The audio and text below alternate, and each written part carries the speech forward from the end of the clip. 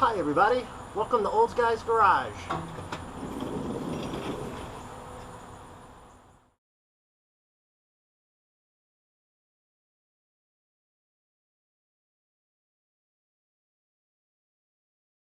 Hey everybody, welcome back. Good to see you. Today I'm going to put some front shocks on the 86. I'm sure most of you guys can do this with your eyes closed, but I'm just going to do it in case somebody's out there, just in case they have any questions and aren't quite sure, how to do it. I'm going to do this wheel by wheel. So I'm going to jack the one side of the car up, the one front of the car up, and then take the wheel off, swap out the jack, and then put the wheel back on, and then do the other side. I'm not going to have the whole front of the car up on jack stands. Some guys might want to do that, but just as a safety precaution, I'm just going to do one side at a time here. So, got some Monroe OES or OE Spectrum shocks, the same brand that I put on the back of the car before Power Tour. So, in some ways, hey, this is just some more Power Tour prep for maybe Power Tour next year. I don't know yet, but I wanted to try these shocks because I want to see if they're going to fix any of the slight vibration I have coming from the front end. So, or just, I don't know if it's drive shaft, I don't know. So, the shocks that have been on the car have been on there for quite some time. So, I'm going to go ahead and get those swapped out, and just by process of elimination, hope that works. So, let's get started.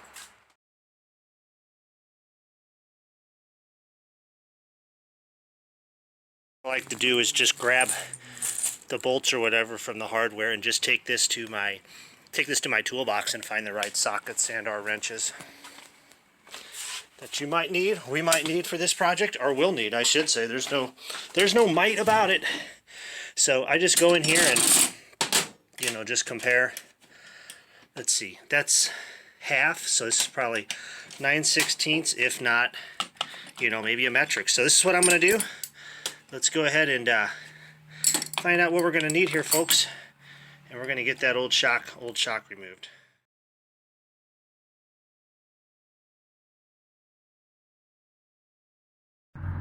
Alright, so let's take the tire off. I don't think this recorded when I did the other side. So that's a nice thing about cars. Usually there's two sides. So tire is down. I am just loosening the lug nuts. I've got some weight on the upward end from the jack, but just loosening the lug nuts here, as we all do, I'm sure. I don't know how the tire shops do it, but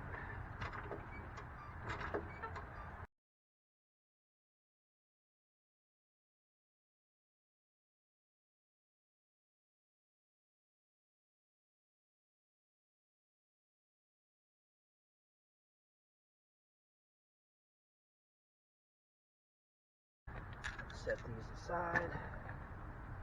I might take these to a local tire place here and have them balance them,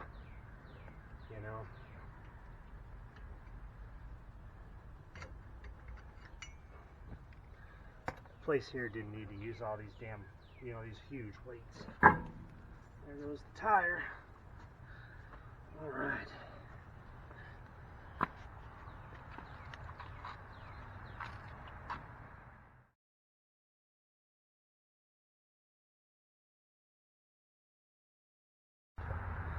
Alright, so got my brakes. My brake pads still look good and everything, man. Top of the shock is up here, and bottom of the shock's of course down there. I can see a little bit of blue left.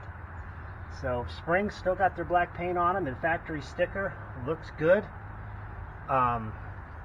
This is pretty solid, man. I'm still getting some vibrations up front. So I'm just going to take this to get rid of the shocks here. Let's find out what tool I need. I'm going to go around and to the top and bottom here and see what tools I need. And on removing down here,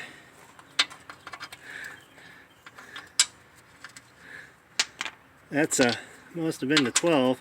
13 here fits really good. So we got 13 millimeter here and 14 on top. So I'm going to put this on the socket and undo these two bolts. And if you don't want to just sit on concrete, grab a packing blanket. They're great to work on, nice and cozy, especially when you're wearing shorts like me. So I got 14 millimeter. Let's see, this one here is 14 millimeter.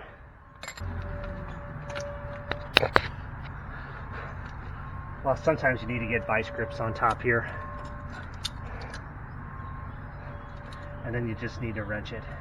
Because right now I believe this guy's just spinning. So that's where we're going to do this. Because it was just spinning in place. I'm just going to squirt them down. It wouldn't hurt being that these have been on. Now these have been on for over 20 years. These shocks. So I'm going to go ahead and squirt them up with some WD-40.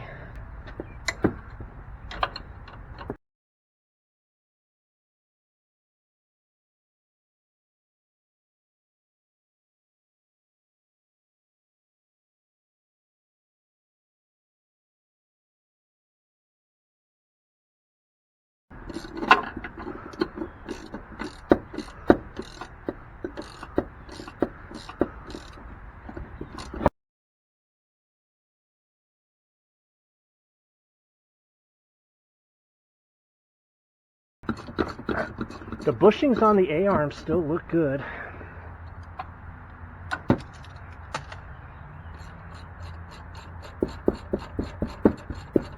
There we go. Alright, cool beans. I'm going to go down low. Alright. Feels about right. I'm going to get my socket wrench. Yep, just 13 millimeter down here, just taking these bolts out. I noticed this lower A-arm here, it looks like the bushing's still good, but I'm going to tighten them up a little bit. I think I might get a little vibration out of that. So anyhow, just removing these two bolts here. This is what fits into the bottom of your lower A-arm that this bolt runs up into to hold your shock on. So make sure you don't lose these guys.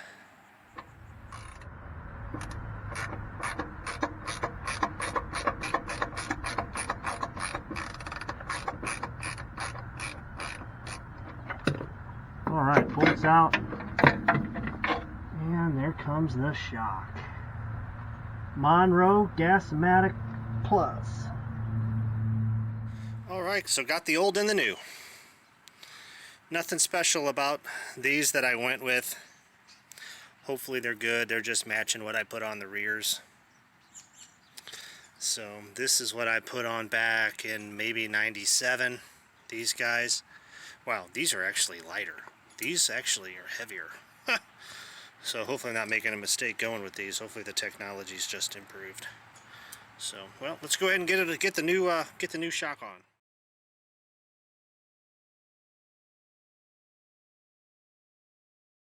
Welcome back. This is the middle of the shock video. For some reason the camera didn't record me putting the shock back up through the spring. So basically what you're going to want to do is put this guy on, this retainer, this washer, then this bushing, and then slide them up through the spring, and then on top of the shock column there'll be a little hole for the top of this guy, and you can feel with your finger on top if you're close, and then once you're there, you know, just push it all the way up. And then I had the nut for the top here in my hand at the time, so I just threaded that on the top here. That way it would just hold the shock in place, and then I can come in from underneath and put the two bolts in the bottom. And then on the last thing I would do, I would let me see if I can't do this. Pretty easy. You just pretty much put it back together in reverse of how you took it apart. So, and then when I got the bottom all tightened up, I dropped the bushing back on, dropped the washer back on, and then I just pretty much just tightened the nut all the way down. So easy peasy. So yeah, that's pretty much insert this up and through the spring and shock column there, and I just put the nut on top, and then put the bolts in the bottom, tighten those up, and then tighten this guy up was one of the last things I did. So whatever you do, don't put the shock up there without the washer and this bushing, or else you just got to drop it again and do it over. So I know. Yeah. And on top, put the bushing, put this washer, put this guy here on. I'm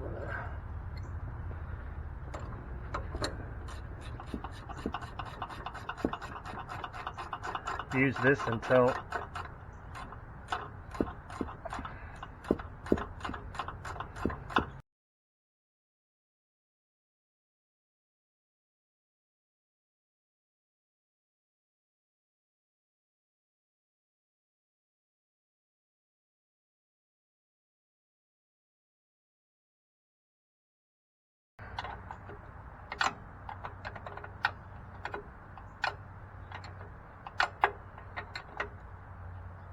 there we go.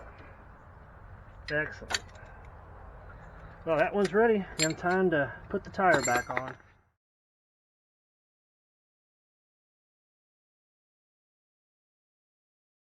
Jack it up a little.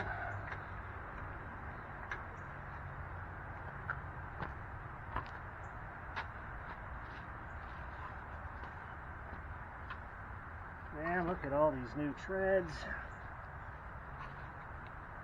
Wasn't expecting to buy tires on the power tour trip, so that was an unexpected $900. I did get the front aligned, but judging from the tool marks, it looks like it was pretty darn close.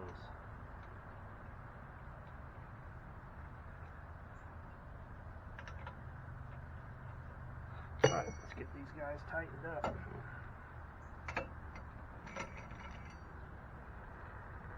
one.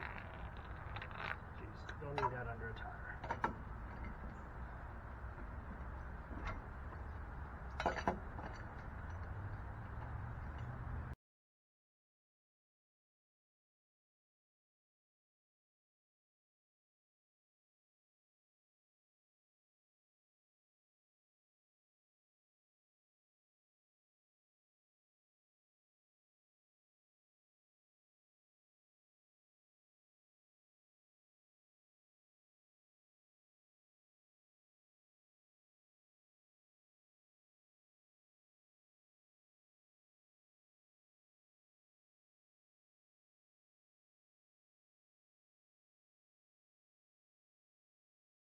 Around my inserts here, I guess that was from the guy's tools. I don't know.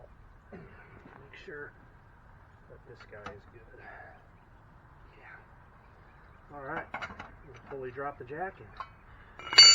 Go do the other side.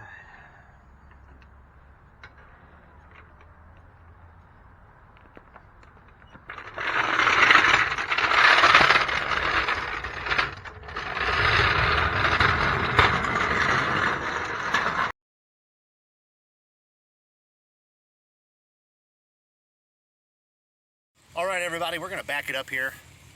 I'm going to take it out on the road and see how it test drives. I also need to put some more of that liquid gold in the fuel tank. I'm below a quarter tank here, so I want to put another 10, 15 bucks in the tank. So I'm going to get it out here on the highway, do about 60 miles an hour, and see how it goes. So I know bouncing the front, it doesn't want to physically bounce when you push down on it as easily, and it definitely comes right back up quicker than what it did before. So, all right, getting it up to speed here. 40, 45, 50. Feeling pretty good.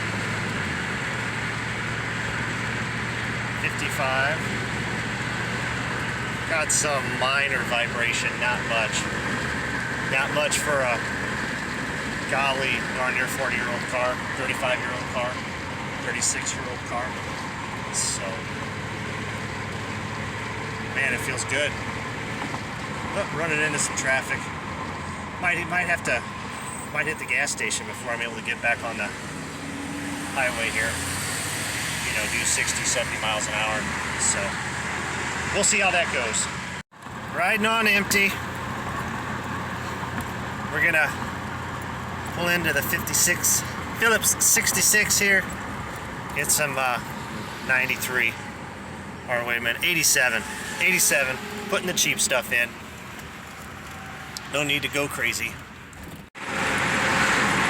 Cruising right along here. 65 to 70 mile an hour. Feels really good. Feels even better on the blacktop surfaces. On the concrete, there's still a little bit more vibration from the road surface. All right, I'm gonna get back over here. Got some road gators. It's like somebody blew a tire. But the whole car feels good. I mean, the joints in the road from concrete to paint, you know, to blacktop, much less noticeable. The back end feels solid. For the longest time, it just felt like you could feel the rear end more. You know, the 8.5-inch rear end more. Now it's more subtle back there. It definitely absorbs the bumps a lot easier. Makes the heavier rear end less noticeable.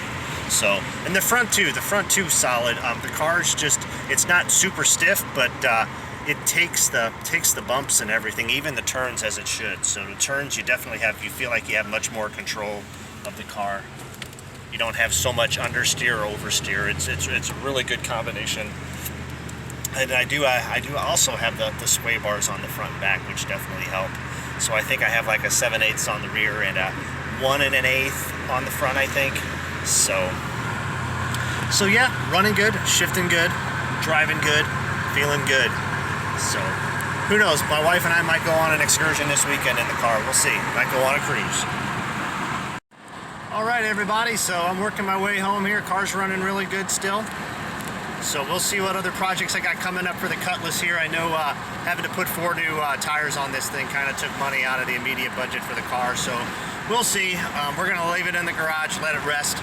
So anyhow, just remember, hope to see you on the next video. And just remember, whether it's a muscle car, a classic car, a race car, your dream car, let's keep them running. And I'll see you next time.